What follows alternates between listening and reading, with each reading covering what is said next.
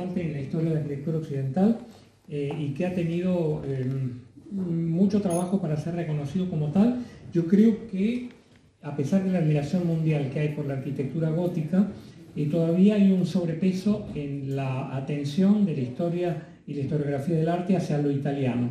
Creo poder decirlo con una cantidad de experiencias de tantos años en Europa y conocer la literatura internacional sobre los temas. Por ejemplo, no hablando ahora de las catedrales góticas francesas, sino del arte español en general, las universidades alemanas, que son las que mejor conozco, las brasileñas también, las argentinas, lógico, pero en especial las alemanas, estaban llenas de libros, de enorme cantidad de libros sobre arte italiano, y tal es así que la mirada hacia España era muy rara, muy esporádica. Eso lo intentamos corregir a finales de los años 80, yo todavía no me había doctorado en la Universidad de Marburgo, y fundamos un grupo que se llamaba Cagliusti, lo digo muy rápido porque el tema es muy amplio, donde con un trabajo ya de 35 años hemos logrado que el estudiantado alemán considere el arte español como algo muy importante y lo conozca, y que no tengamos kilómetros de libros solamente sobre Italia, sino también de un lugar que, a pesar de que en la Argentina lo tomamos como más sobreentendido, bueno, la madre patria, lo que fuera, no le damos la importancia que tiene. Si hay una diferencia entre, y para empezar a entrar en el tema del gótico, entre Italia y España, es que España es un fabuloso país del gótico e Italia en absoluto. Los italianos son los autores de la palabra gótico, que quería decir bárbaro, y de la isla de Gotland, que es una isla que en este momento, lamentablemente, con todo el revuelo político que hay, está nombrada en los medios. La isla de Gotland es una isla sueca que tiene 92 iglesias, de las cuales 91 iglesias en Gotland son medievales, sobre todo románicas más que góticas, pero bueno, es un lugar muy importante. Además está decir que el gótico no tiene nada que ver con Gotland, y tampoco con lo germano en un sentido racial que es muy difícil de sostener, pero sin duda con los pueblos que no tenían ninguna relación con la tradición antigua grecolatina. El caso de Francia es muy particular. Ya sabemos que la Francia de hoy es el producto de siglos de evolución, y pasó, por ejemplo, en la Edad Media en Francia, que la Provenza, la Provence, se desprendió con mucho más trabajo del pasado de la antigüedad clásica que una región italiana misma como Lombardía, donde el románico lombardo es el menos italiano de todos los románicos, y que evidentemente el cambio de población con una mentalidad tan distinta, seguramente las tribus que iban llegando, por llamarlo de alguna manera, no eran tribus, eran los pueblos que iban llegando a Italia, que se iban desplazando mismo en Francia. Francia se llama Francia por los francos y no por los galos, curiosamente, y esos pueblos tenían una sensibilidad muy distinta que no había tenido nada que ver con la antigüedad romana. Y en Francia, como digo, tenemos el ejemplo de una región que no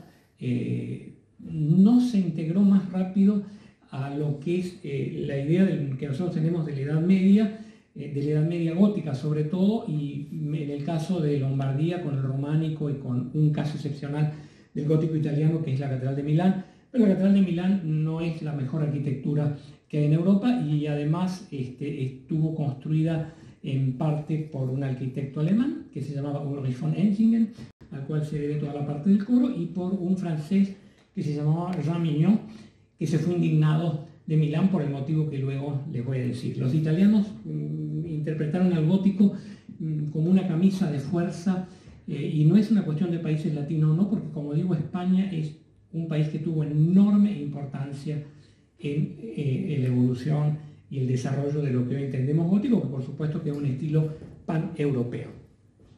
Vamos a empezar a ver un plano de Francia. Este plano de Francia, sobre todo el norte, muestra una gran concentración de iglesias góticas, de catedrales.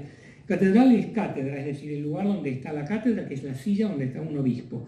Empieza el gótico en realidad con una iglesia que es abacial, que no era una catedral, sino una iglesia de una abadía benedictina en Saint-Denis, que hoy día es un barrio al norte de París, donde, bueno, alrededor de París, lo que se llama la isla de Francia, que naturalmente no es una isla, va a haber una enorme concentración de catedrales. Son 80 las catedrales construidas entre mediados del siglo XII y principios del siglo XIV.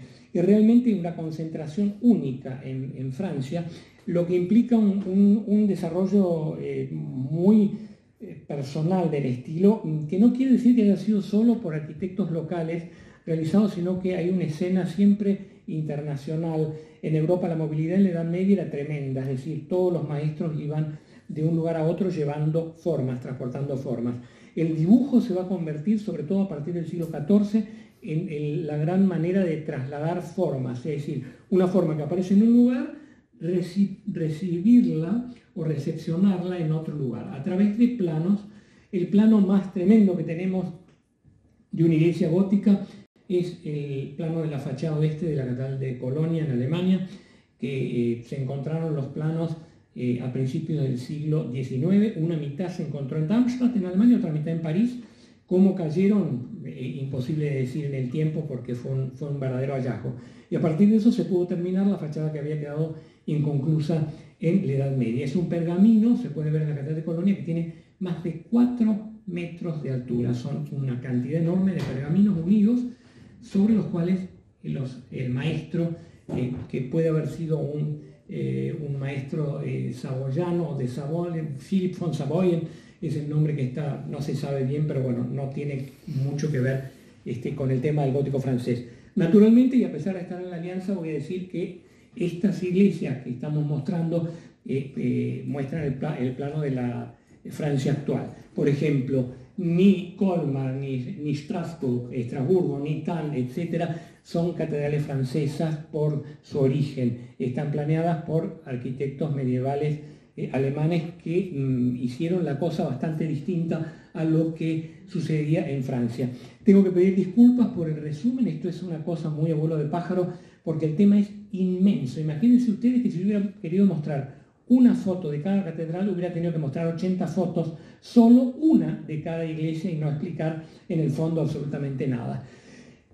Lo que logró Francia en el siglo XIII fue increíble, porque en Europa había dos cosas muy principales. Aparte de que Italia había perdido mucha importancia, incluso trasladándose el Papa a Avignon, al sur de Francia, en el siglo XIV, fuera de Italia, digamos, había dos cosas que eran muy importantes, que era el imperio, por un lado, y le royaume, que era el reino. El reino de Francia pasa a tener el mando de la cultura europea entre comienzos y mediados del siglo XIII, sobre todo en la época de Luis el Santo. Luis el Santo es el que compra al emperador Balduino en Constantinopla la corona supuestamente la corona de Cristo, la lleva a París y se hace construir la Sainte-Chapelle, que hoy no lo vamos a ver, pero que es un edificio increíble. Lo que realmente es fuera de toda imaginación posible lo que sucedió en el norte de Francia, en la mitad norte,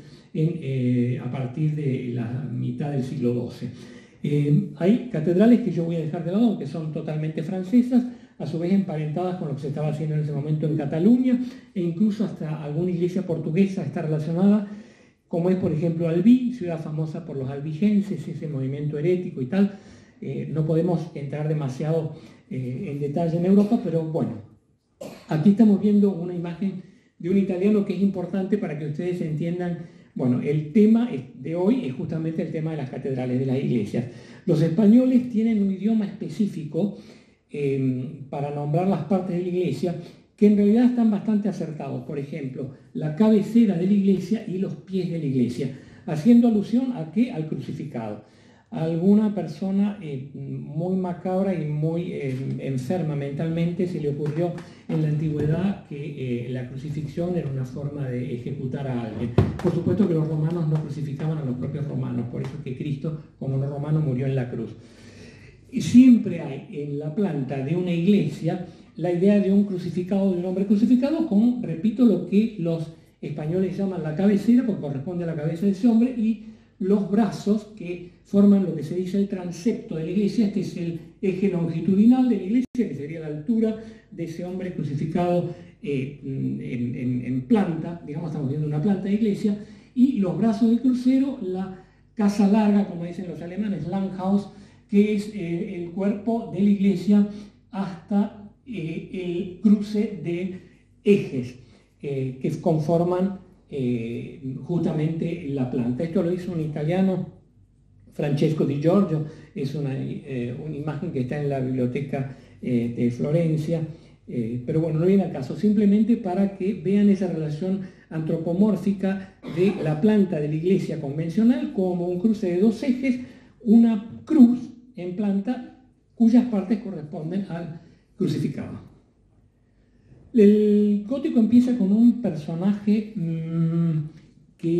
benedictino que tenía mucho que ver con el rey de Francia, se llamaba el abad Suger. Suger es un hombre que en realidad no es, como buen clérigo, no es propiamente el autor del gótico. El gótico, y como cualquier otro estilo, es imposible que haya salido de ningún escrito. Es decir, no hay ningún estilo de arquitectura que uno tiene un papel y se describe algún historiador, clérigo, lo que fuera, describe alguna situación y algún arquitecto construye según eso, de ninguna forma. El gótico es impensable sin el románico anterior y sin una mezcla muy especial que se produjo en Francia, que es especialmente interesante seguramente por el encuentro de tantas corrientes distintas. Francia es un país mucho más heterogéneo que el imperio sacro, imperio romano-germánico. El imperio romano-germánico se llama sacro desde que a Barbarroja se le ocurre hacerlo canonizar a Carlomagno, cosa que el Papa no aceptó.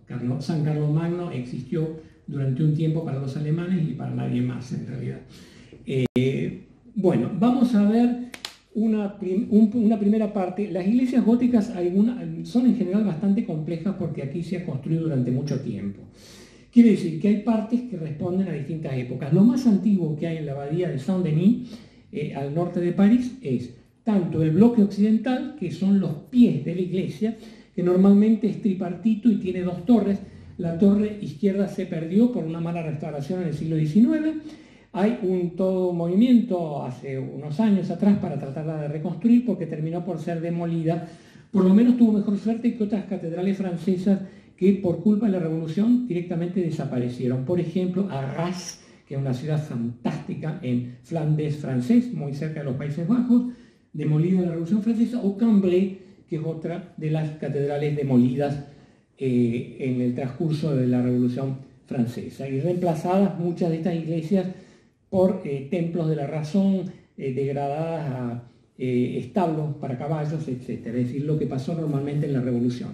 Hay dos partes en la abadía de Saint-Denis que son importantes, que son esta, que muestra esa composición tripartita en última instancia con cierta relación con los arcos de triunfo romanos, pero muy transformados, es decir, con una serie de tres pórticos. El pórtico del centro corresponde a la nave mayor y los pórticos laterales a los colaterales o naves secundarias que acompañan ese cuerpo largo que sería el cuerpo del crucificado.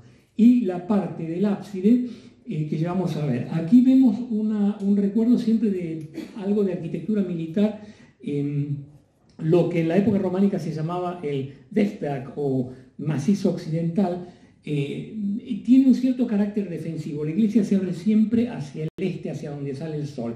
Todas las iglesias medievales están orientadas hacia el este, con poquísimas excepciones. De eso se olvida el Renacimiento italiano y se olvida el Barroco, pero Europa es una alfombra de miles de iglesias, todas mirando hacia el este, que es el este, por un lado, el lugar de donde vino Cristo, es decir, el cercano oriente, Palestina, y también el lugar, por supuesto, del naciente. Vamos a ver la parte posterior que se debe al abad Suger. Suger escribió un libro después de que esto estaba terminado. La cabecera es una cabecera interesante porque ese conjunto de capillas que se llama girola, que le va dando la vuelta a la cabecera de la iglesia, es como una corona de espinas simbólica. Es decir, si ustedes se imaginan la cabeza de Cristo aquí, todas esas capillas son partes de esa corona de espina. La iglesia casi siempre termina con una forma redondeada. Esa forma redondeada hay que estudiarla cada vez, cosa que es bastante complejo por la cantidad inmensa de iglesias que han variado este tema, por un polígono. Por ejemplo, aquí tenemos 1, 2, 3, 4, 5, 6, 7 lados de un polígono de 14 lados.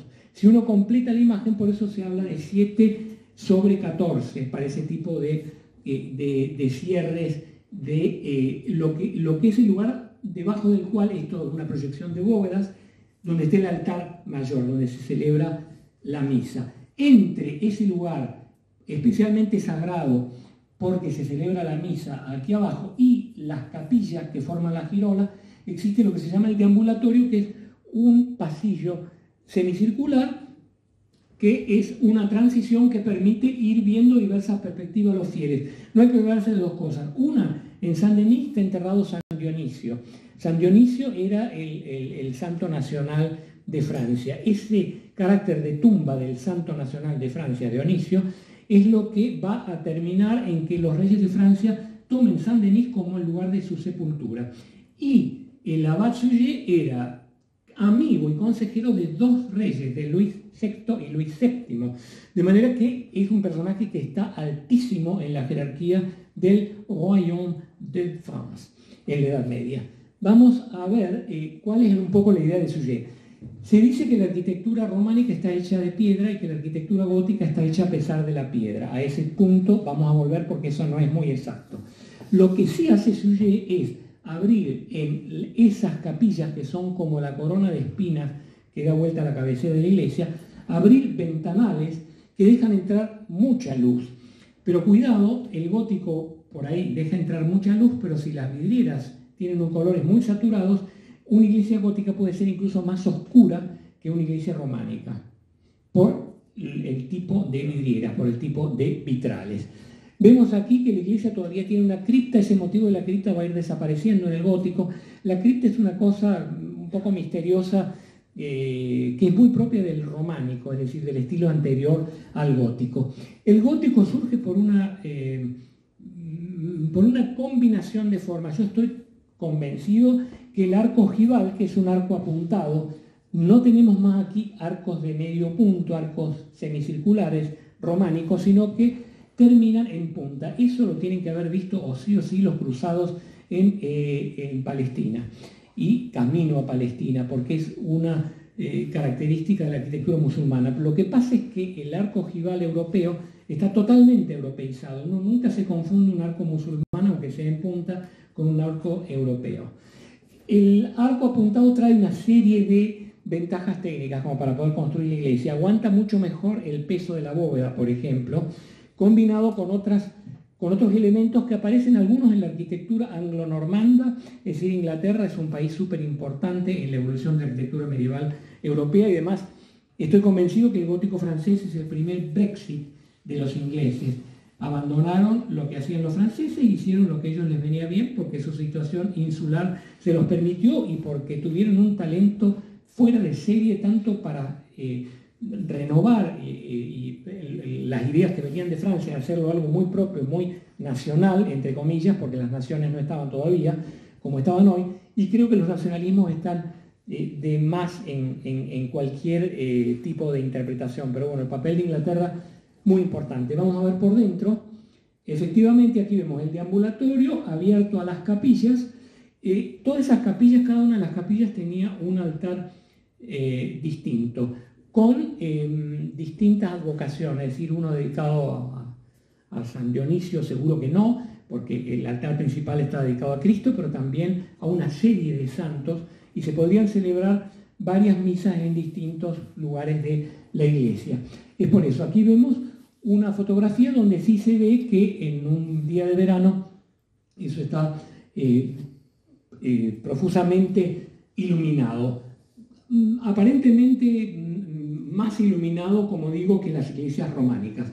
Lo importante es que esa reducción, hay algo que explica ese rechazo, por ejemplo, de los italianos por el gótico, que es una estructura que en su concepción francesa cada vez se esqueletiza más, es decir, es un esqueleto nada más, con reducidos los elementos soportantes cuasi y las paredes disueltas en grandes superficies de vidrieras.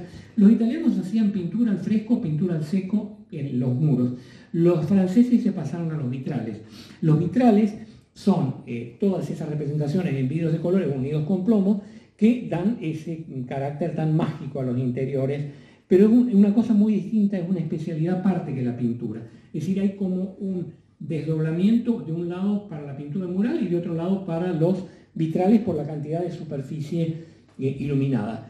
Típicos de la arquitectura gótica son las bóvedas de nervadura, es decir, hay nervios que son como costillas que sostienen los gajos de las bóvedas. Las bóvedas están divididas en gajos.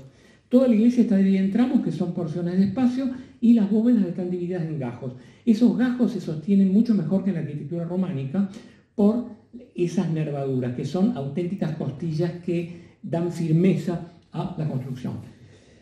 Bueno, ¿qué no decir? Empezamos un milagro atrás del otro, porque realmente quita el aliento. Esto se llama la Montagne Couronnée, la montaña coronada, que es la catedral de Laon, en francés medieval Laon. Era muy distinto el francés medieval que lo que es hoy. Nadie decía ni moi ni roi, sino que decían moi, la roi, etc. Eso está científicamente probado. Y Laon, no decían Laon, sino Laon. E incluso hay lugares donde los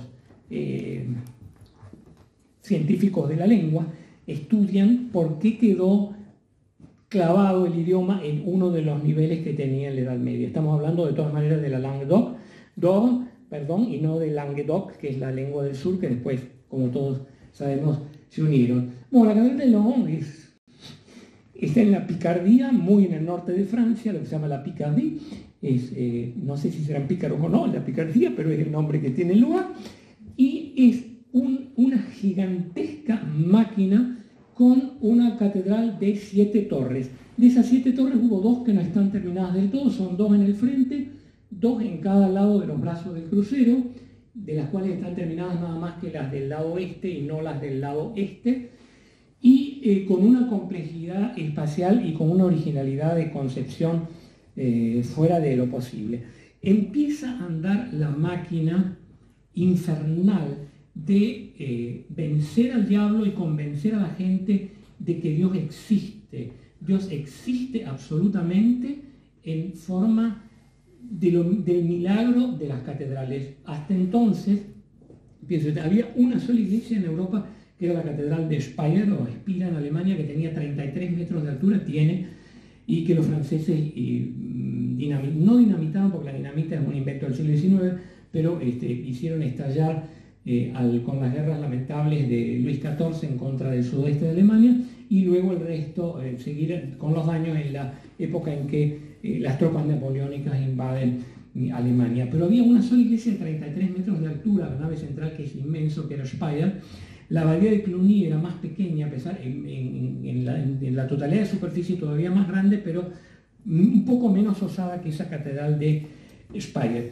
Piensen ustedes que en Laon, por ejemplo, en nave mayor, uno entra en un lugar que tiene 24 metros de altura. Eso va creciendo. En París los 24 se hacen 33 metros de altura. En Chartres, 37. En Reims, en castellano, 38.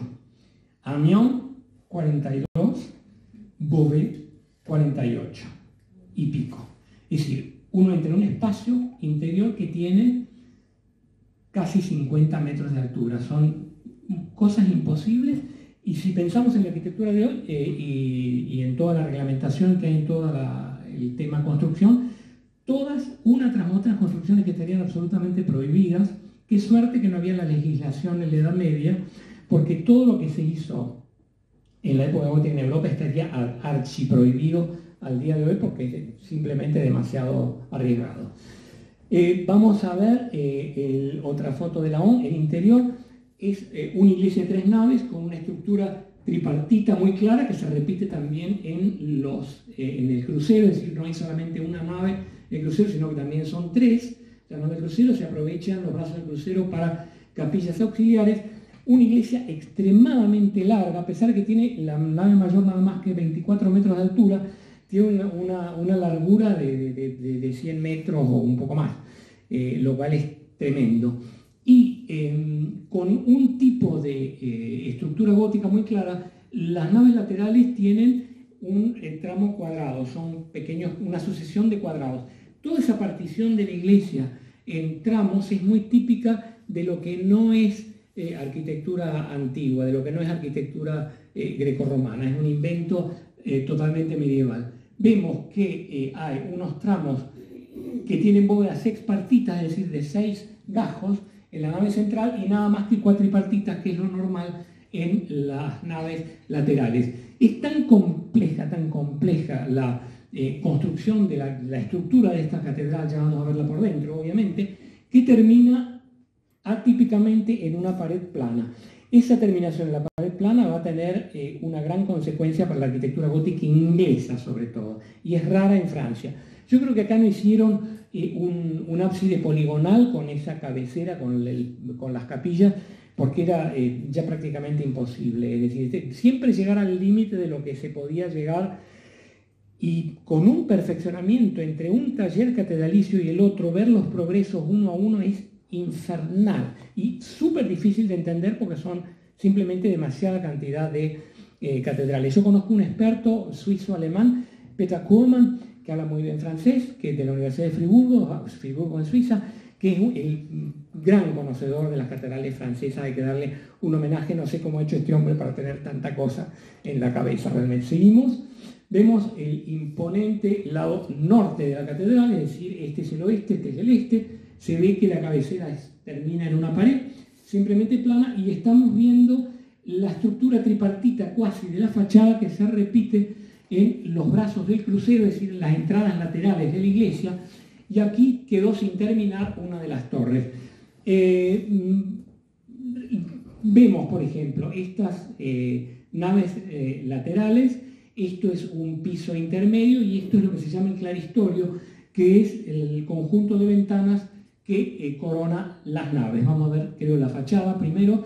La fachada tiene unos portales sumamente profundos, portales abocinados, es decir, con forma de bocina. Quiere decir que el diámetro es menor en una parte que en otra. Es decir, esto tiene una forma como de embudo prácticamente, es decir, no son simplemente paredes rectas que van hasta que empiezan los portales, sino que se van hundiendo hacia el interior. Una estructura, de esta estructura de 3 tripartita tan clara para la fachada, viene de la arquitectura normanda, de una iglesia benedictina que era la Abadía de los Hombres, se llama la Abbaye aux Hommes, en la ciudad de Caen, en una ciudad que sufrió mucho por los bombardeos norteamericanos en la guerra, pero que ha conservado las 2 iglesias románicas principales. Una roseta, esta especie de arco de triunfo que está resignificado en una entrada a lo sagrado, en una entrada al mundo del cristianismo, y con una característica que causó sensación en Europa. Sobre todo la dibujó ahora, como vamos a ver después, un dibujo que es disolver los ángulos de las torres en baldaquinos, es decir, baldaquinos abiertos. Se abren no es una torre simplemente con aristas cuadradas, con planta cuadrada, sino que está abierta y que se ve el sol, se ve el aire de por medio. Está un intento de aligerar la construcción.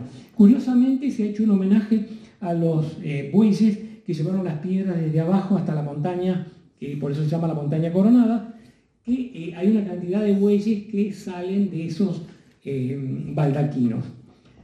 Por ejemplo, se ven aquí bastante claro en esta torre tomada desde el norte, la torre creo que sí que es la torre del sur, perdón, de la catedral, con las figuras de bueyes saliendo. Esto es lo que más llama la atención a uno, vamos a la próxima, a uno de los grandes transportistas de arquitectura gótica del siglo XIII, que era un hombre llamado Villard de Honcourt. Este Villard de Honcourt dibuja y pone en su libro: en ningún lugar he visto tales torres como esas de Laon. Con razón, y viaja hasta Hungría. Y los mismos bueyes y la misma solución tenemos en la catedral de Bamberg, en Alemania, en una ciudad de Franconia que está al norte de Nuremberg. Y la misma solución sin los bueyes tenemos en la catedral de Naumburg en Alemania también, y tenemos en la Catedral de Ginebra, en Suiza, y tenemos una recepción tardía de esto también en la propia Catedral de Reims, en Reims, también en la Champaña, en el norte de Francia. Bueno, el interior maravilloso de la Catedral de Laon, con una estructura todavía del gótico muy temprano. Estamos en los primeros experimentos, digamos, todo ya consecuentemente con arcos ojivales. Las bóvedas son sexpartitas, es decir, hay nervios, no solamente se cruzan en forma de X para hacer las cuatripartitas, sino que tienen 6 nervios. Eso produce una diferencia de cantidad de columnillas que se llaman fascículos o baquetones, que son esto que va por las paredes, y que reposan sobre pilares monocilíndricos. Las iglesias medievales no tienen columnas, tienen pilares. ¿Qué es la diferencia entre un pilar y una columna? El pilar no tiene orden, es decir, no es ni dórico, ni jórico, ni corintio, y no tiene un sistema propio de proporciones, porque el orden griego es la proporción. Por ejemplo, el diámetro de la columna son tantas veces la altura para el dórico o para el jónico, que tiene las volutas, o para el corintio, que es un orden un tanto andrógino, digamos así, porque el dórico era lo masculino, el jónico era lo femenino y el corintio un poco lo andrógino. O sea que aquí no hay un orden determinado, sino que todo está creado de cero, no con las recepciones una y otra vez, que sobre todo en Italia, vuelta al vocabulario grecorromano, vuelta a ser como lo hacían los romanos o los griegos. No, esto está todo hecho por sí mismo, con modificaciones. Estos son pilares monocilíndricos. También la columna tiene algo que no tienen los pilares, que tiene un énfasis, que es especie de forma muscular, que tiene como un engrosamiento la columna en la parte inferior, que da una forma un poquitín curva, que eso nunca lo tienen los pilares góticos, que son directamente redondos. Muy típico del primer gótico es sobre las naves laterales una tribuna, es decir, un espacio del mismo ancho que las naves laterales, y después el triforio, que es un pasadizo nada más de poca profundidad, inmediatamente antes del claristorio, que es ese conjunto de ventanas. La correspondencia entre el oeste y el este en Laon es muy fuerte, porque tanto los pies como la cabecera de la iglesia tienen una roseta, que esa roseta también vamos a ver luego cómo se va formando. Ahí se ve mejor la estructura, se ve que las tribunas tienen el mismo ancho que los colaterales, se ve el triforio y se ve el conjunto de ventanas todavía no subdivididas con maineles, que hay subdivisiones de piedra. Simplemente el gótico primitivo tiene, como vemos, cada vitral una estructura de hierro. A propósito del hierro, el gótico no se puede hacer sin hierro y sin plomo. Es decir, que son materiales que siempre se han usado, aparte de la piedra, si no, esto no se sostiene. Lo que es curioso en Laon, y que corresponde a una mayor cantidad de nervios que rodean, separados del núcleo del pilar, tenemos columnillas o baquetones separados, que luego se van a unir en el gótico clásico, en Chartres, por ejemplo, y en Reims, sobre todo Reims, que toman una forma clásica, lo que se llama el pilar acantonado, que estos 4 columnillas están pegados, están hechos de una sola pieza con la parte central. Pilar monocilíndrico, pilar acantonado con fascículos separados del núcleo. Es como, la sensación es que es como una iglesia para armar, que han ido poniendo esos pequeños elementos uno arriba de otro. Lo que se llama en buen castellano el despiece. El despiece es el arte de cortar las piedras. Nosotros sí hablaríamos en castellano de Argentina de juntas, que son donde este cilindro de piedra da paso al siguiente. Con la junta estamos viendo las distintas, qué cantidad de cilindros se han tenido que superponer para hacer este pilar compuesto. Los alemanes hablan de fuga y los españoles de despiece. El despiece de un arco ojival es sumamente complejo, porque hay que mantener la curva constante del arco, pero la forma de cada una de las piezas es distinta en cada uno de las die Steinlager, se dice en alemán, no sé cómo se dice en castellano, es las hiladas de mampuestos. Esa sería la buena forma de decirlo en castellano. Bueno, la catedral de Chartres es famosísima, la Catedral de Chartres, la primera se quemó a fines del siglo XII y se empieza, hay algunas partes que quedaron de esa primitiva catedral. Es sumamente importante, todavía hay una serie de, en relación a lo que fue el gótico en el futuro, una serie de irregularidades o de cosas que todavía no están terminadas de estar bien cocinadas a punto, digamos, pero que no quitan nada del mérito de esta increíble catedral. La simetría viene simplemente de que la única torre original conservada es la de la derecha, que es una de las primerísimas agujas, que es una aguja, una pirámide muy elevada. ¿Cómo se da vuelta la arquitectura en relación a lo que venían haciendo los italianos? Por ejemplo, los italianos, no sé, San Zeno en Verona o tantas iglesias, hacían una torre muy alta con un pequeño conito arriba. Ese conito en Francia se convierte en una pirámide altísima y baja, naturalmente, la altura de lo que está, que sería el tronco de la torre.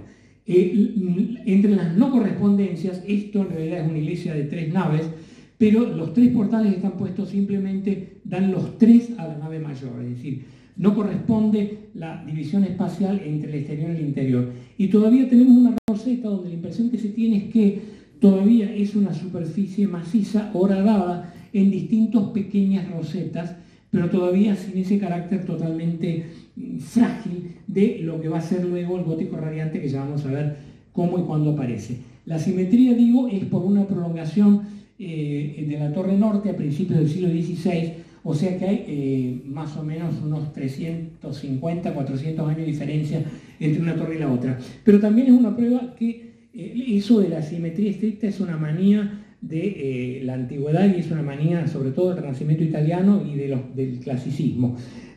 Cuando se hicieron las academias clásicas había principios que no se podían contradecir, es decir, la simetría exacta tenía mucho valor. La Edad Media se rió como quiso, hizo lo que quiso con la simetría y no está nada mal, porque además es una obra maestra esa torre flamígera, como luego vamos a ver por qué se dice flamígero. Ahí tenemos, como digo, la sensación de que todavía es un disco con perforaciones, pero no algo, como luego vamos a ver, muy sutil, con muy poca superficie maciza.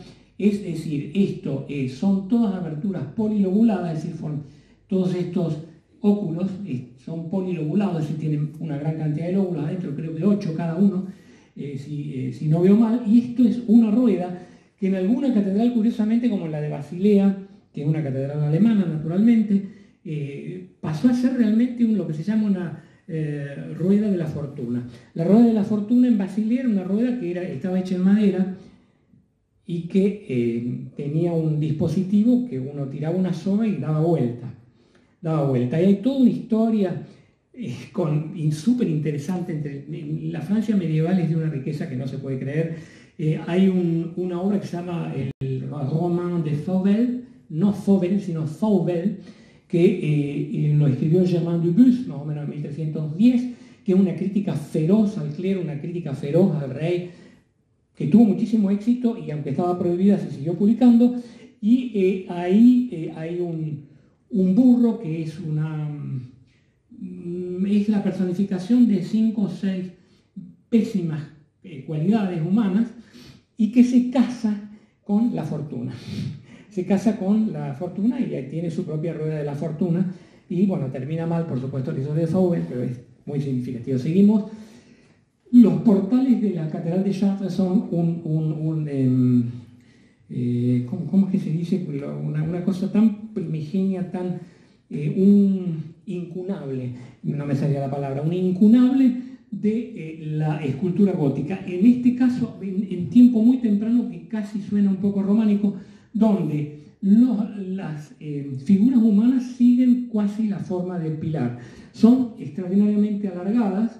La complejidad de los temas iconográficos no lo permite la charla, es imposible mostrarles a ustedes una cosa teológicamente además muy compleja. Esto por supuesto que los escultores lo hacían en conversación con teólogos, que le decían, bueno, aquí queremos, no sé, la Epifanía, aquí queremos la adoración de los reyes, aquí queremos el Cristo que aparece en el Apocalipsis, que está rodeado de los 4 símbolos de los evangelistas, el león de San Marcos, el águila de San Juan, etc.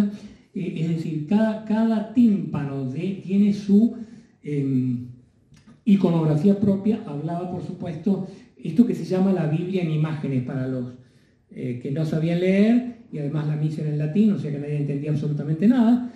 Hasta Lutero nadie entendió nada de lo que se dijo.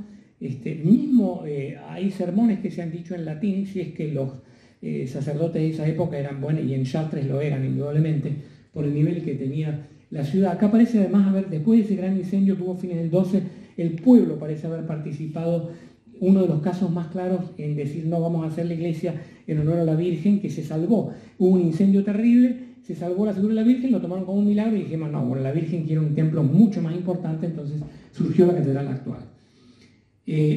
Allí se ven esas estatuas columnas, son realmente como siguiendo la forma vertical de cada uno de los registros en que está dividido los portales, con una forma todavía muy esquemática, es decir, un arte para nada cercano a la realidad, un arte valiosísimo, pero que no tiene como principio imitar la naturaleza, es decir, está totalmente en contra en realidad de lo que querían hacer griegos y romanos, que era tomar lo antropomorfo y la naturaleza como su diosa.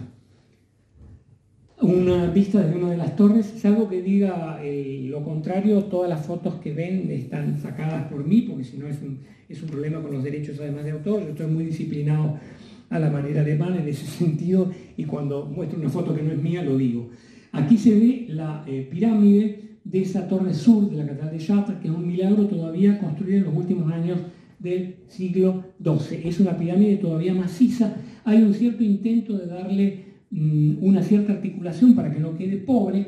Por ejemplo, ese baquetón prácticamente, es decir, tiene un listón en los lados, que no es nada estructural, sino que es nada más que para darle un poco más de liviandad a esa pirámide maciza. Vamos a ver lo que pasa en una catedral que está nada más que a 40 kilómetros de París, una ciudad impresionante que es Senlis, que tiene la más hermosa de las torres francesas hechas a principios del siglo XIII, siguiendo con la disolución de los ángulos en esos baldaquinos abiertos, que era lo propio de Laon.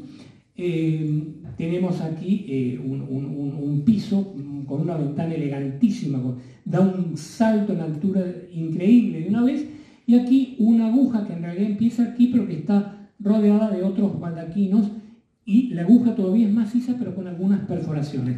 Eso Francia no lo va a desarrollar más. Vamos a ver ahora quién lo desarrolló más.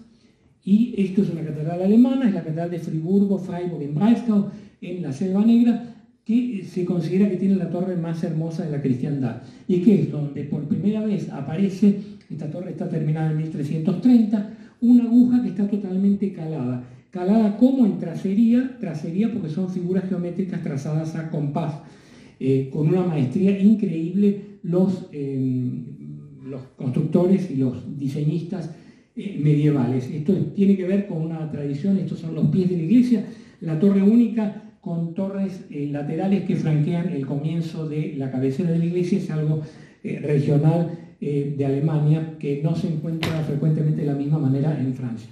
Vamos a ver lo que es propiamente la aguja calada de Friburgo, que hay una cantidad de temas que el gótico francés, digamos, donde abandona, donde los constructores parecen que ya dieron todo lo que pudieron dar, lo retoma o los ingleses o los alemanes o los españoles. Los italianos, no. Otra. Bueno, la planta de Chartres, vemos, las torres sobresalen un poco, tenemos esas tres portadas que, como dije, corresponden a la nave central. Tenemos una cabecera con una girola saliente, tenemos también 7 lados de un decágono de 14 lados, y una cantidad, que es una catedral que tiene una cantidad enorme de torres. Las que no se ven, tiene en lugar de 7 torres, tiene 9 torres. 9, lo que pasa es que de esas 9, solo 2 están terminadas, que son las del oeste, por eso es que no se ve con tanta claridad. Y hay una que no se ve, salvo el que sabe ya leer plantas, donde está esta escalera caracol, que lleva hasta la parte de arriba. Aquí hay 2 torres.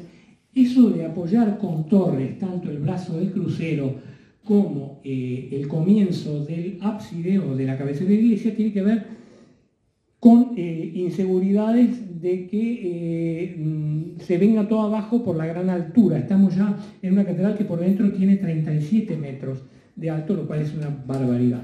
Seguimos el lado del sur con la torre primero, una de las primerísimas agujas góticas. Hay otra muy temprana también en la ciudad de Auxerre, en Francia, y estamos viendo estas torres están sin terminar, pero son las que flanquean el brazo del crucero. Y aquí las torres, que son como un refuerzo más antes de empezar el cierre poligonal de la cabecera de la iglesia. La catedral de Chartres tuvo un incendio muy parecido al de Notre Dame de París por 1810 y se decidió cambiar, a diferencia de lo que se ha hecho ahora, que han vuelto a hacer el techo de Notre Dame, más que el techo, la armadura del tejado, lo han vuelto a hacer de madera. En Chartres se siguió un modelo alemán de la catedral de Mainz, a la cual le había pasado lo mismo de Maguncia, a finales del 18, primeros años del 19, y se hace una estructura de metal, y el cambio grande es que no se hace más un techo de plomo, que es un color blanquecino, un color gris, casi blanco, de manera que lo verde es algo que contradice el estado original de la catedral. De más está decir que estas catedrales, si no hubieran sido restauradas varias veces en el siglo XIX, cuando por el movimiento romántico aparece la apreciación de lo gótico y empieza a haber abogados defensores de lo gótico, nunca hubo necesidad de defender a ningún italiano, pero defender a los norte franceses, a los alemanes y a los ingleses es algo que hay que hacer hasta el día de hoy, por esa fijación que tiene la historia del arte con Italia, que es muy criticable a mi manera de ver. Vamos a seguir. Este es el sistema que es uno de los corazones. Yo voy mostrando catedrales, lo podría haber mostrado antes con más claridad, pero los franceses se dieron cuenta de que sin una serie de muletas exteriores, de apoyos diagonales, es imposible sostener una bóveda de semejante altura, y mucho menos con ventanas. Aquí tienen toda la altura de la ventana del claristorio. Esto solo es una sola pieza de la catedral de Chartres, donde a través de estos arbotantes, arbutins se dice en francés, que llevan la presión lateral de las bóvedas a los contrafuertes, y incluso hay que duplicarlos. Cuando hay más de una nave abajo, estos contrafuertes están en la diferencia espacial entre el deambulatorio y las capillas, esa girola como expliqué, y duplicados también por las dudas, porque es tremendo la presión que hacen sobre las naves laterales. Pues bien, los italianos, cuando hicieron la catedral de Milán, no sabían en realidad qué hacer, y lo llaman a Ulrich von Enzingen a Milán, que se queda como 6-7 meses, se va desconforme también, y después cuando se va Ulrich von Enzingen lo llaman a Jamignot, al francés, y el francés queda desesperado porque los italianos seguían negando que sobre dos paredes muy altas poner una bóveda ejerce una presión lateral que hay que resistirla desde fuera con algo, ¿no? Además, todo esto es muy importante decirlo, no está hecho con ningún cálculo matemático. La primera representación gráfica y la única forma de hacer representar cargas, pesos y descargas es un paralelogramo que inventó un holandés en la segunda mitad del siglo XVI. Todas estas iglesias están hechas sin el menor cálculo matemático y según un principio de prueba y error. Esa prueba y error fue muy real en algunos casos donde se vinieron partes enteras de las iglesias abajo. Pero bueno, está hecho solamente por la experiencia, pero sin ningún tipo de cálculo científico, como lo llamaríamos hoy, como fue la exigencia progresiva a partir sobre todo de la época neoclásica y de finales del siglo XVIII. En Chartres hay más o menos unas 3.400 esculturas. Ustedes se tienen que imaginar lo que es esto. Es un hormiguero humano con muchísimo dinero, con muchísimo saber, con muchísimo talento, una cosa imposible de creer que estas cosas se hayan podido hacer.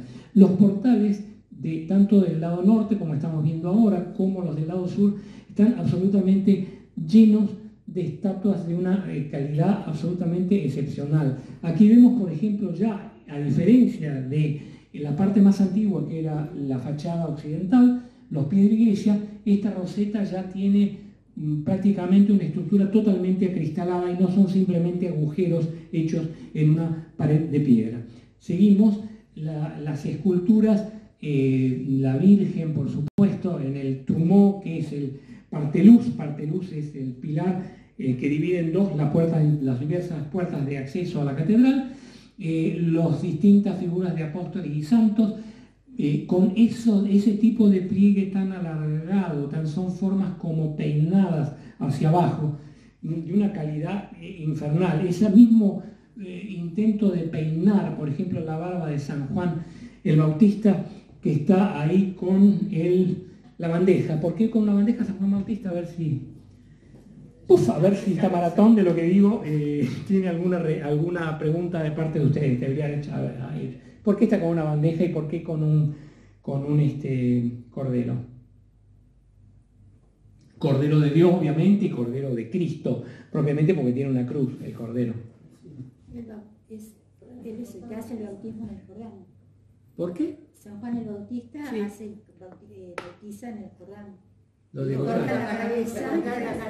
Le cortaron la cabeza y la presentaron y le cortaron la cabeza y el cordero es porque murió como un cordero, es porque no gritan, no ponen resistencia, es decir, es por eso lo del cordero y lo de la bandeja. Y una escultura de una calidad monstruosa, totalmente opuesta a querer representar el mundo como es, sino como se lo imagina una mente traspasada por el misticismo cristiano. Es más, el cristianismo tardó, por lo menos hasta la época del románico tardío, en fabricar un estilo propio. Todo lo anterior nos parece a nosotros de educación europea no lo suficientemente cristiano. No por casualidad la Catedral de La Plata se hizo, no pensemos en la de Buenos Aires, que es un desastre en el estado en que está, o que fue evolucionando, sino pensar lo que en Occidente uno se ha imaginado como arquitectura verdaderamente cristiana. No hay ninguna imagen mejor que la del gótico para verlo. Vamos a seguir. También una de las rosetas de Chartres tiene una increíble superficie vidriada con vitrales que hoy se ven muy distintos que lo que se veía en la iglesia antes de que los franceses finalmente se decidieran a restaurarla, cosa que no habían hecho durante mucho tiempo. Ahora voy a explicar que lo mismo por dentro, con figuras geométricas, indudablemente que la pintura, en general la pintura italiana, que no está tan alta en las iglesias, se ve mejor que los vitrales. Es uno de los motivos por los cuales quizá los vitrales sean menos conocidos que las pinturas al fresco, porque tampoco en la Edad Media había propiamente catalejos buenos, o los catalejos eran absolutamente inaccesibles, y un instrumento de navegación que empieza a desarrollarse en realidad mucho más después de que termina la Edad Media. Y por supuesto que esta es una foto que hice con zoom, con teleobjetivo, se dice. Otra. Bueno, la catedral de Chartres en los últimos años cambió totalmente, porque tenía una calefacción a carbón que dejó la iglesia negra. Por lo tanto, lo único que se veía eran los vitrales, que no estaban pensados para esa iglesia oscura, sino que estaban pensados para una iglesia que está pintada de blanco y amarillo. Blanco y amarillo. Esa pintura blanca y amarilla la han reconstruido en los últimos tiempos, y Chartres es una primera definición tanto del pilar acantonado, quiere decir que esos fascículos no están separados como en la 11, forman parte del pilar principal, un pasadizo que es el triforio y el claristorio. Las vidrieras del claristorio todavía son dos lancetas con un óculo arriba, pero no está más subdividida por tracería, por la época en que esto se hizo, que es gótico temprano. De todas maneras, tenemos perfectamente definido algo que todavía no estaba en la ON, que era la alzada de la nave en arcada, triforio y claristorio. En Loon teníamos un piso más de tribunas que por ahí reaparece por motivos X en diversas catedrales. Bueno, una vista de ese polígono en dirección al claristorio, con el triforio que le da la vuelta, ese pasillo que es súper difícil de construir. Además, por eso en realidad en Europa siempre se ha evitado construir un triforio. Incluso la Catedral Neogótica de La Plata lo tiene simulado, pero no es un triforio real, porque es un lugar de mucha debilidad estructural, es otra cosa más para el milagro de lo que han hecho en Francia hacia el 1200. La parte de abajo, olvídenlo porque tiene una pintura barroca, las enjutas de estas arcadas y estas casetones son un agregado pseudo-italiano que se hizo en la época barroca y que, bueno, la Comisión de Monumentos lo respeta porque es parte de la historia de la iglesia, pero no, hay que imaginarlo como no original. Bueno, Notre Dame. Notre Dame tampoco hubiera llegado, por supuesto, hasta nosotros. No hablo del incendio de hace 5 años, o 5 años largos, sino que de lo que sufrió también a lo largo de los siglos, la destrucción natural por lo que los alemanes llaman der Zeit, el diente que el tiempo le va mordiendo y va haciendo desaparecer cosas. Esta catedral sufrió mucho en la Revolución también, sobre todo la destrucción de la Galería de los Reyes de Francia, que se subieron y las tiraron abajo, las decapitaron, y todas las figuras que están más abajo en la parte de los portales son también reconstrucciones posteriores a la Revolución Francesa. Algunos detalles que valen como muy medievales son curiosamente nada más que lo que el gran neogótico del siglo XIX, que fue Viollet-le-Duc, y quiso hacer con la iglesia para darle un carácter más misterioso. Esto es una cosa, un logro extraordinario. La Catedral de Notre Dame tiene una sabiduría en la composición de la fachada infernal, porque es una de las pocas que armonizó tanto la vertical y la horizontal. Es una trabazón de ortogonal, es exactamente la palabra, una trabazón entre las horizontales y las verticales. De una extraordinaria finura y de un trabajo de despiece increíblemente complejo que es. Presupone un equipo, un team de artesanos y de picapedreros, como se dice Steinmetz, no sé, picapedreros, súper organizado. Esto tiene una gran transparencia, ya es un gótico más maduro, pero vamos a ver modificaciones. Por ejemplo, esto es una gárgola. Las gárgolas son elementos que tienen animales fabulosos que tienen como función largar el agua de lluvia que se acumula en las partes altas de la iglesia, en los tejados. Estos son gárgolas, esta es una gárgola. Estos son inventos del siglo XIX que podrían ser debidos a la autora de Harry Potter, pero bueno, fue Viollet-le-Duc, que hizo quimeras. La quimera es una cosa, la gárgola es otra. La quimera es nada más que un invento del XIX que uno dice, uy, el gótico. También hay un movimiento gótico en Europa, no sé si acá, de gente joven que se viste toda de negro y con ojeras y no sé, que no tiene nada que ver con el gótico, que es un único canto a la vida, a la alegría y a la superación de los problemas en un momento del mundo en que no se podía mucho a Dios rogando y con el mazo dando, sino más bien solo a Dios rogando. Porque con el mazo dando no hubieran tenido forma, igual que los del Renacimiento, que el Renacimiento italiano no puso cero progreso a la higiene, cero progreso al conocimiento médico, nada. Nada más que un acercamiento a la realidad y unos estudios fabulosos, sobre todo la perspectiva de ver cómo el ojo ve algo, el descubrimiento o invento del punto de fuga central y la capacidad de planear edificios como el ojo los ve, de acuerdo a esas leyes de la perspectiva, que eso fue una bomba terrible, más la buena prensa, porque los italianos hacían algo y escribían un papel, miren qué fantástico lo que hemos hecho. Los góticos no perdieron una palabra, nada, no se sabe absolutamente nada de por qué ni cómo, nada. Hay un libro que es una ridiculez, que lo hizo el arquitecto Rolitzer en Ratisbon, en Regensburg, en Alemania, que se llama El librito de los pináculos, donde tiene una serie de dibujos, y eso es toda la teoría. Podemos sacar alguna conclusión por las peleas que hubo en Milán, por ejemplo, de Jamignot y los italianos, o podemos sacar alguna conclusión con unas expertices, que son peritajes, que se hicieron en la Catedral de Girona, en Cataluña, que tiene la bóveda gótica más ancha de todo el gótico europeo, y que no sabían si la podían hacer o si iban a tener que poner más pilares, no sabían cómo hacer, y hay opiniones escritas, pero son la nada en relación al corpus de teoría que hicieron los italianos. Esa es la diferencia también que explica la buena prensa o la no prensa o la ignorancia. Claro, todo el mundo se horroriza por lo que pasó en Notre Dame, que al final ha sido una desgracia para bien, porque la iglesia, ya vamos a ver, mínimamente ¿Por qué mejoró tanto? Un caso parecido al de Chartres.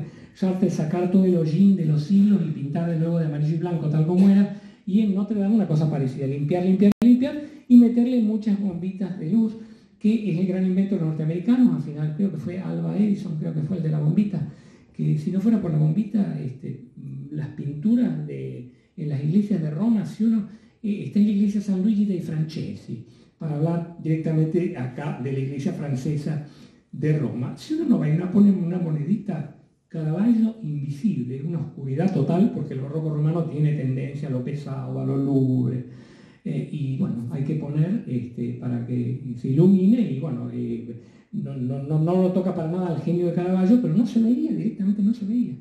Y bueno, por suerte se inventó esto. Bueno, una planta de Notre Dame.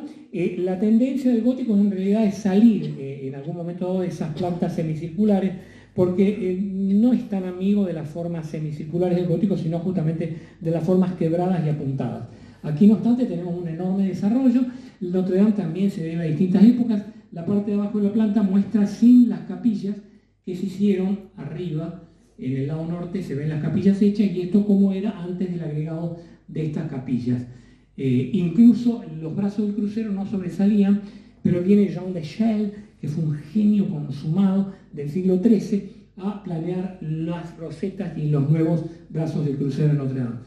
Por ejemplo, esto que es de una calidad terrible, el nacimiento cuasi del gótico radiante, es decir, rayos como los de la rueda de una bicicleta que van a terminar en una serie de formas geométricas de tracería, como bien dije antes, pero incluso aprovechando para perforar los die Zwickel, se llaman en alemán, las enjutas que quedan entre el cuadrado donde está inscrito la roseta y la roseta misma. Aquí arriba son macizos, pero con la idea además de volver a perforar, no sé si no hay una foto mejor, no, de volver a perforar lo que está en el piñón, lo que está en ese triángulo que corresponde al tejado de 2 aguas. Aquí se ve muy bien la forma redondeada y los fantásticos arbotantes, que son muy largos y muy flacos, que van a sostener esta parte del claristorio de la iglesia. Muy complejo también por culpa de que el gótico no se había dado cuenta de terminar de geometrizar poligonalmente en la arquitectura. Esa curva hace que, por ejemplo, este óculo redondo sea bidimensional. No está solamente en un plano, y es muy complejo de hacer eso. Pero bueno, se metieron ellos mismos en el problema por no hacer un lado recto, y eso se corrigió en todas las catedrales posteriores, en casi todas. Bueno, esto no es una foto mía, obviamente. Yo no he estado por fuera en Notre Dame después del incendio, y he visto cómo están los andamios todavía en lo que es la flecha, que la flèche es lo que está en la intersección entre la nave mayor y el transepto, y se ve un interior que por primera vez apareció la luz cuando se vino abajo la flecha, que es esa aguja muy finita que está en el cruce de los dos ejes de la iglesia, y tiró abajo parte de esas bóvedas expartitas. Se empezó a ver la luz, pero ahora, en estos 5 años, cumpliendo por lo menos en parte con una promesa de Macron, que la iglesia se reabría en 5 años. Ha habido una limpieza general, las bombitas de luz, que las debemos a los norteamericanos, etc. La iglesia se puede ver de nuevo, porque era un lugar extremadamente oscuro, donde lo único que llamaba la atención eran justamente las superficies vidriadas, que seguro que no era la intención original de la iglesia. Además de eso, muchas de estas iglesias, casi todas en la Edad Media, han estado pintadas de colores bastante fuertes. De manera que cuando Le Corbusier dice cuando las catedrales eran blancas, no eran blancas, eran pintadas, y como fueron los templos griegos pintados también, que a nosotros se nos paran los pelos de pensar que eran tan mamarracheras, por decirlo de una forma muy popular, por la intensidad de los colores. Todo eso ha desaparecido en la mayor parte de las catedrales. La intención de la pintura también en la parte exterior era proteger la superficie de piedra y mejorar la legibilidad de los elementos arquitectónicos. Ahí estaba sacada de lugar, en realidad no sé cómo cayó aquí, la idea genial de Jean de Chelles de perforar estos Zwickel nuevamente perforar también la parte de abajo, del piso de abajo de esta roseta, y algo que no se ve desde el interior, como es el piñón, que como digo es ese triángulo que corresponde a los frontones del clasicismo, pero mucho más agudo, no es un ángulo obtuso, sino un ángulo agudo. De perforar, esto ilumina la cámara del tejado, es decir, la armadura de madera. Bueno, las fotos de Reims en castellano no son mías ninguna, porque yo tenía nada más que unas diapositivas viejas que no eran buenas. Hace muchos años que no vuelvo a esta ciudad. Una iglesia terriblemente importante, ¿por qué? Porque era la iglesia de la coronación de los reyes de Francia.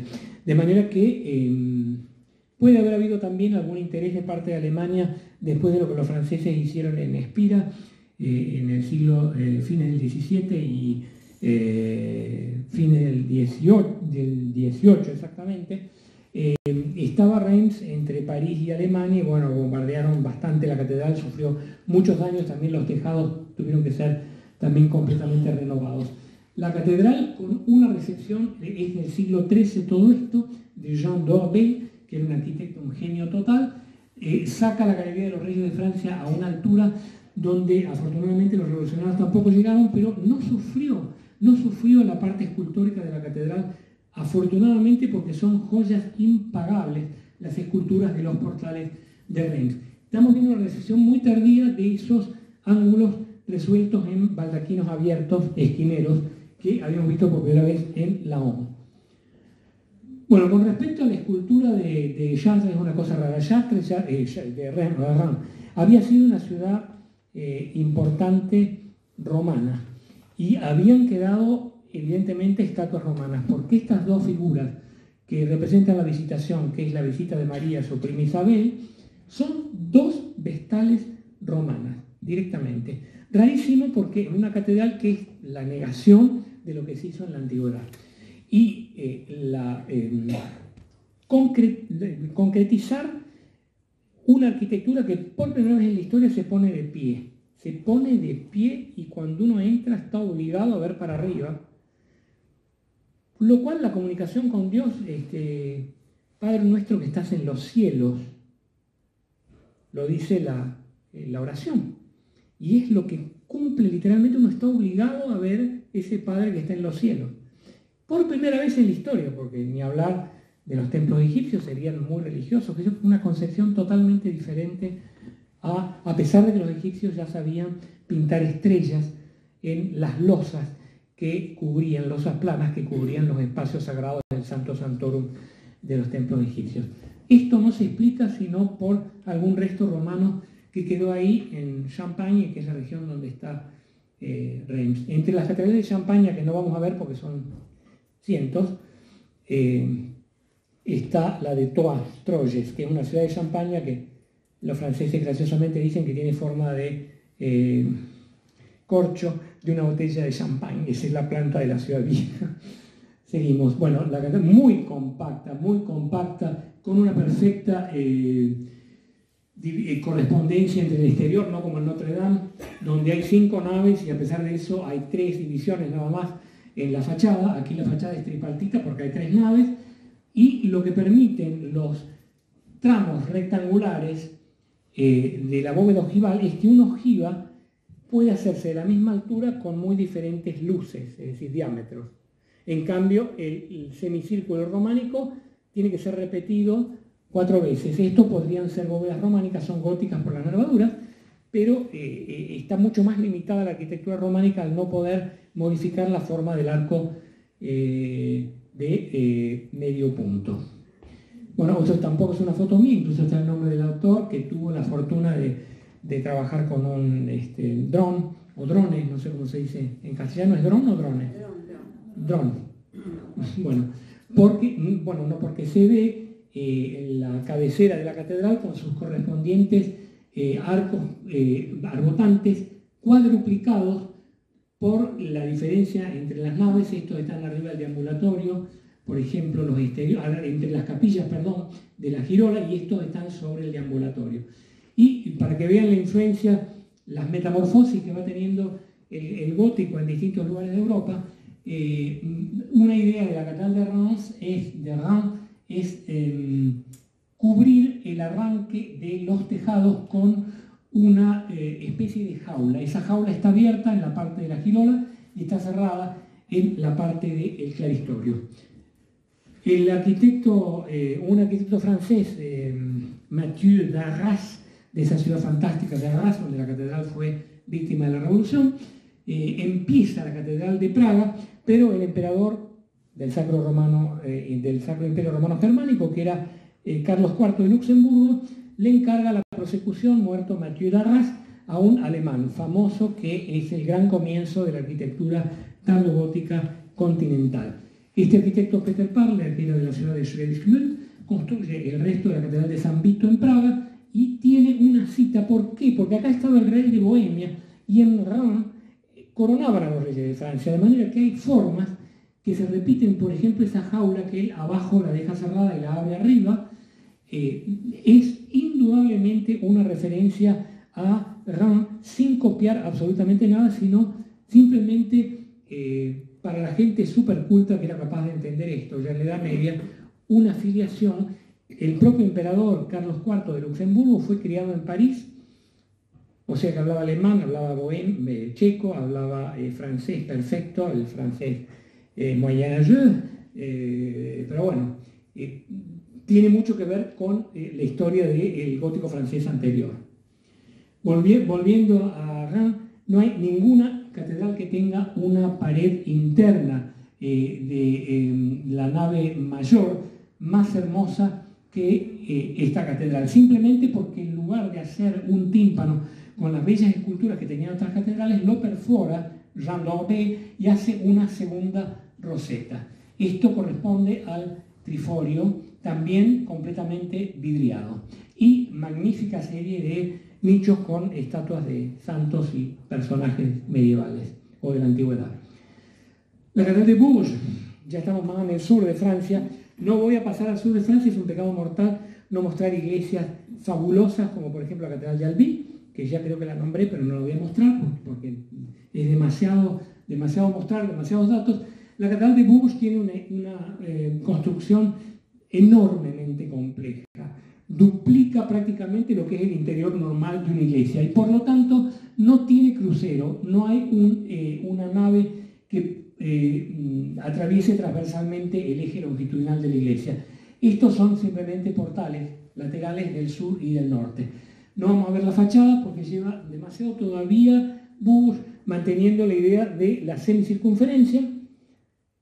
Esta parece una propaganda de arbotantes. Si alguien quiere comprar un arbotante, va a Bourges y compra muchos arbotantes, porque es increíble. Además, lamentablemente con la cámara que yo en ese momento hice la foto, en un día de un frío espantoso, en mayo de hace un par de años atrás, no pude sacar el resto de pero es un cuerpo longitudinal extremadamente largo y homogéneo, y que muestra las capillas exteriores, un piso aventanado, que ya vamos a ver que es la duplicación prácticamente de la nave central pasándola a los colaterales. Una vista con una girola muy diferenciada, las capillas parecen salidizos, miradores, esos típicos miradores medievales salidizos de 3 lados coronados por pirámides. Este piso relativamente macizo, es decir, con paredes no perforadas, y nuevamente el cerramiento semicircular. ¿Qué no decir? Es monstruoso lo que se ha hecho, es monstruoso. No cabe la más mínima duda que la Francia del siglo XIII fue la Nueva Grecia. Ninguna duda, cero duda. Incluso por la consecuencia que han tenido cosas como las órdenes monásticas, por ejemplo, al subdividirse los benedictinos con los cluniacienses, etc. Son todos movimientos que salen de conventos franceses, no de Cluny, sino justamente de Clairvaux, donde San Bernardo inventa la arquitectura cisterciense que llega en poquísimos años hasta Portugal. Los portugueses construyen la abadía de Alcobaça, que es un monstruo de iglesia, es lo más occidental, digamos, que produce el gótico temprano, y impensable sin esa orden de Cister de origen francés.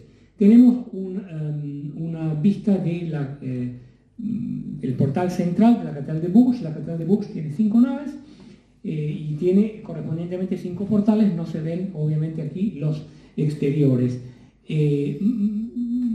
Sin palabras para la parte escultórica.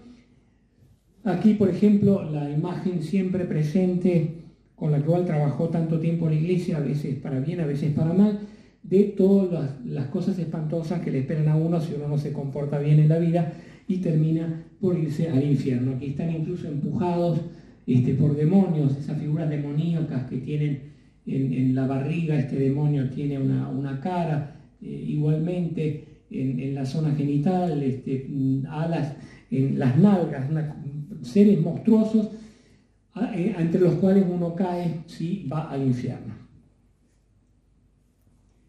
Bueno, imposible, no sé qué escritor francés dijo a uno: desafío a quien entre y pueda silbar en una catedral gótica. No se puede, uno se le hace un nudo en la garganta, porque es tal el tamaño, es tal la locura y es tal el intento de decir que Dios es real, que uno muchas veces sale de estas catedrales pensando, bueno, pero ¿cómo va a ser posible que Dios no existe? Decir eso de ser tan agnóstico. Porque no se puede, es tremendo. Lo que pasa es que, bueno, el Renacimiento es un aterrizaje. El Renacimiento aterrizó, introdujo el erotismo en una forma clarísima en la historia de la cultura occidental, cosa que era un elemento muy importante también, no hay más que pensar en el David de Miguel Ángel y todo lo que se hizo, la aparición de los desnudos como no existía desde la antigüedad. Bueno, de todo eso nos gusta mucho o no nos gusta, pero hay que ponerlo en su lugar también y diferenciarlo de lo que logró el gótico. La idea de Bourges es hacer pilares altísimos en la nave central, con un claristorio que no es tan alto como en otras catedrales, porque esa altura ya está dada por los pilares. Vamos a ver una foto donde se ve quizá mejor la estructura. Fíjense que esto, que es la pared de la nave central, está repetido otra vez en la pared de la nave lateral. Es decir, tenemos tanto en la central como en la lateral arcadas, triforios, claristorios. Es decir, hay una duplicación casi, que tiene incluso mucha influencia sobre la catedral española de Bourges. Lo que pasa es, de Burgos, que es el mismo nombre de ciudad, pero no sabemos por qué, porque la estructura de Burgos sale de los colaterales de la catedral de Bourges. Otra de las primerísimas iglesias radiantes, volvemos a Casa Saint-Denis, al norte de París, para ver que ahí hay un gótico radiante coetáneo de Notre Dame. Ya la iglesia no tenía nada que ver con el Abad Suger, ya estaba hace tiempo muerto, pero es la primera iglesia donde el triforio es totalmente abierto, es decir, el ventanamiento no solo está en el claristorio, sino también en el triforio, es decir, toda la mayor cantidad de superficie de pared eliminada. La catedral de Amiens no se sabe tampoco ni qué decir de esto, porque es muy extraño. La principal diferencia entre Amiens y Colonia, que fue en parte el modelo ideal de la de Colonia, que eso ya es gótico alemán, estamos un poco en otro mundo, es que los pies de la iglesia tienen una pantalla, no tiene prácticamente torres. Las torres tienen la mitad de un tramo, esto es una torre y ahí hay otra torre. Es como una pantalla que está puesta enfrente a la iglesia. Y en Colonia tenemos cuadruplicado los tramos por torres. Si las torres tienen 4 tramos, es una diferencia esencial, en la cual muchas veces no se piensa haciendo la comparación, que ya vamos a ver hasta qué punto es legítima. Bueno, aquí se ve que hay un medio tramo ocupado por la torre. Esto es una foto del costado sur, unas formas ya mucho más refinadas de claristorio, con ventanas sumamente altas.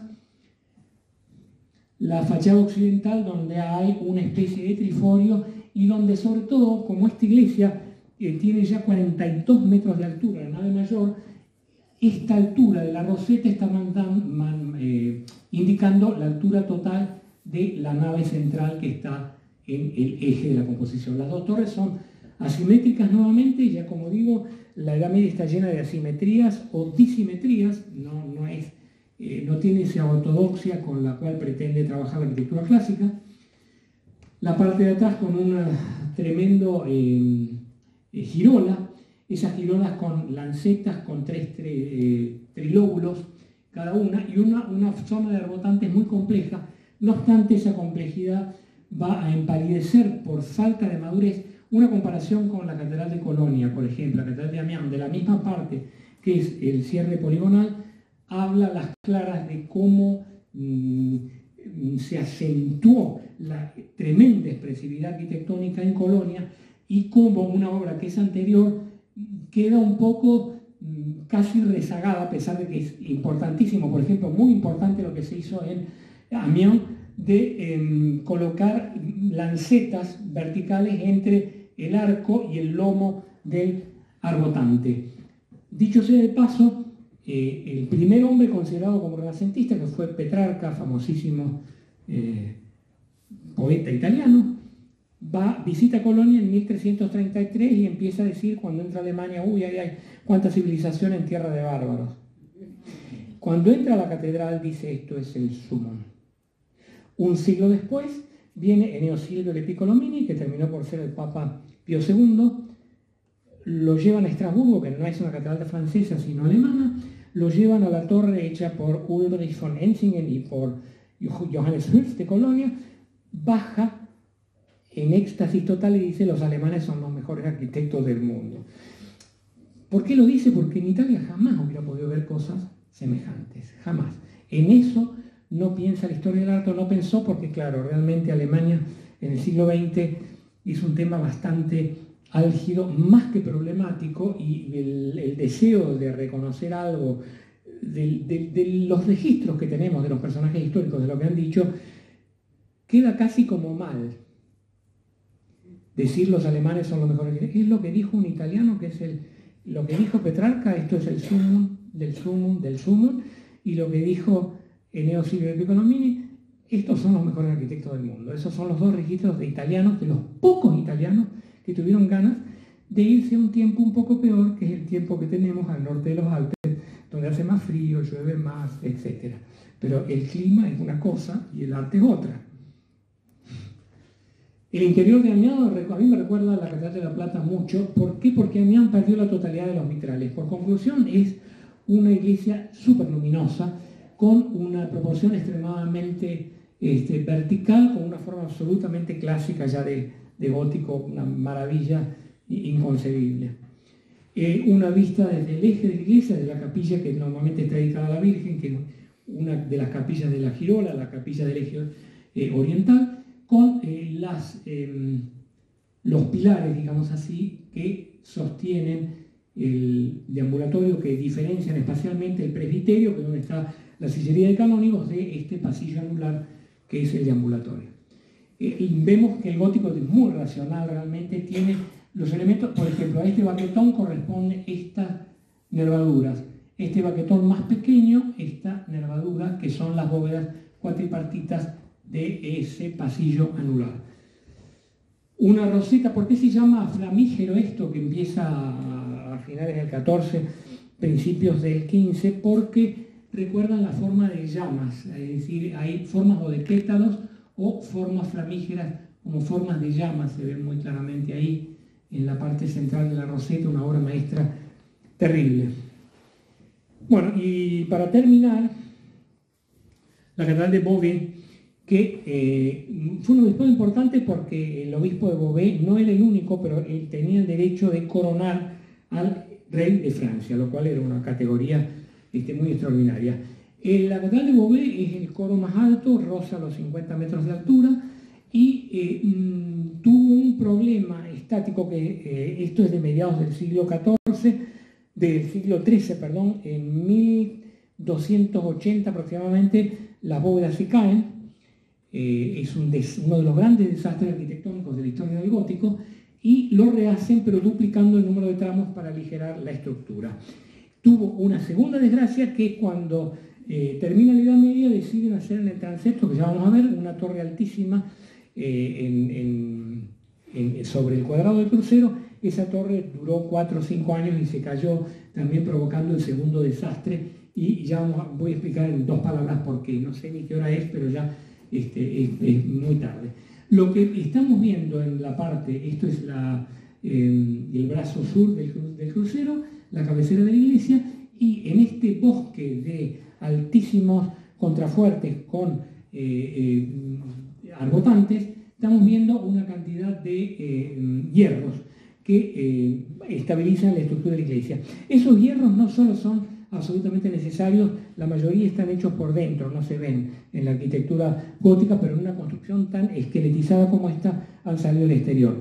No se olviden de algo que también nadie quiere pensar, porque Miguel Ángel fue tan genio, sin duda alguna yo me arrodillo frente a Miguel Ángel, pero su cúpula tenía muchos problemas ya en el siglo XVIII, la cúpula de San Pedro, y vino en el XVIII un arquitecto Vanvitelli y le metió 3 cadenas a la cúpula de San Pedro, sin la cual probablemente la cúpula ya se hubiera caído. Hubo que estabilizarla a pesar de que es una construcción. La cúpula de San Pedro está hecha sobre 4 machones. La palabra machón en castellano es bastante expresiva de cuál es la función de esos pilares.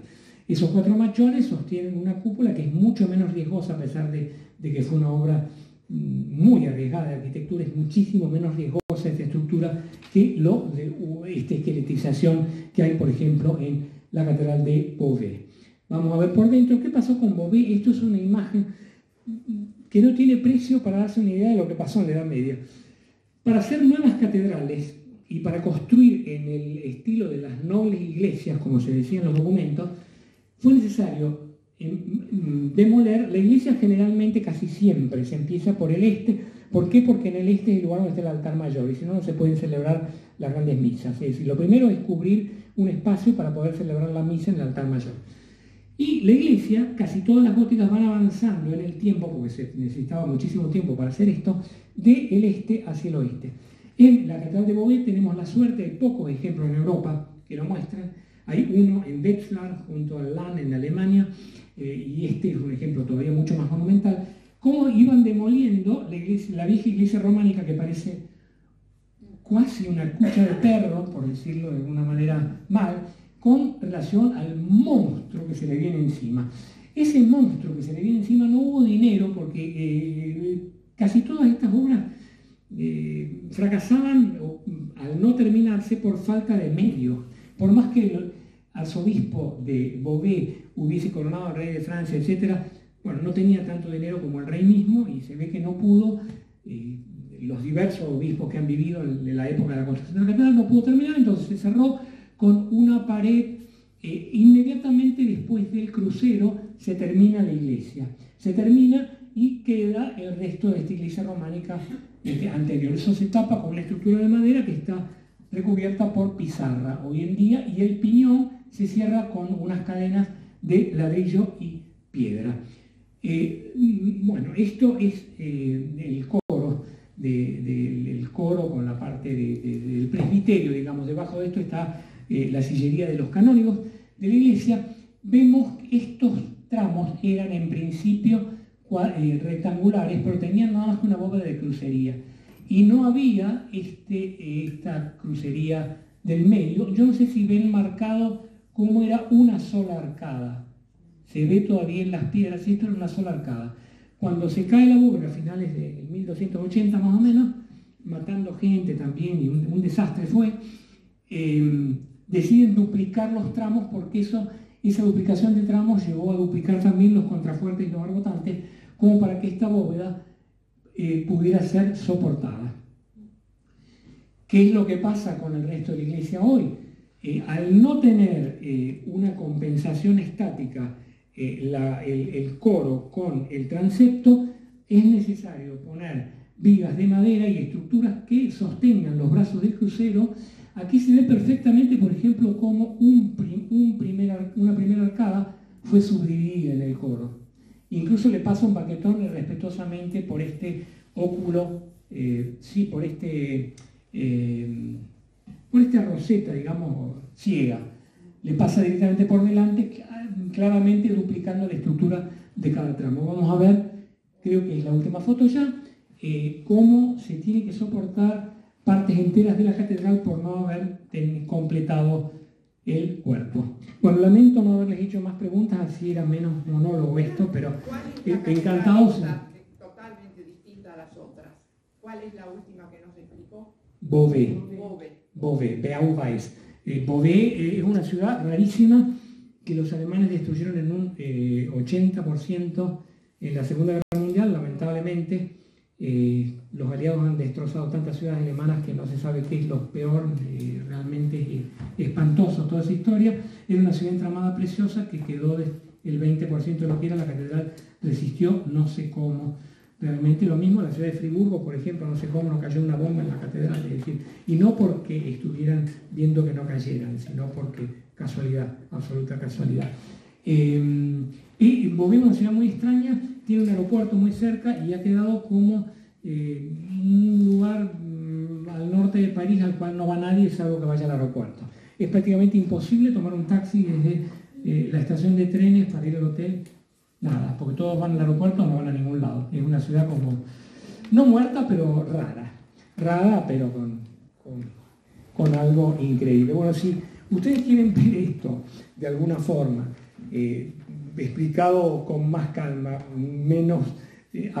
con menos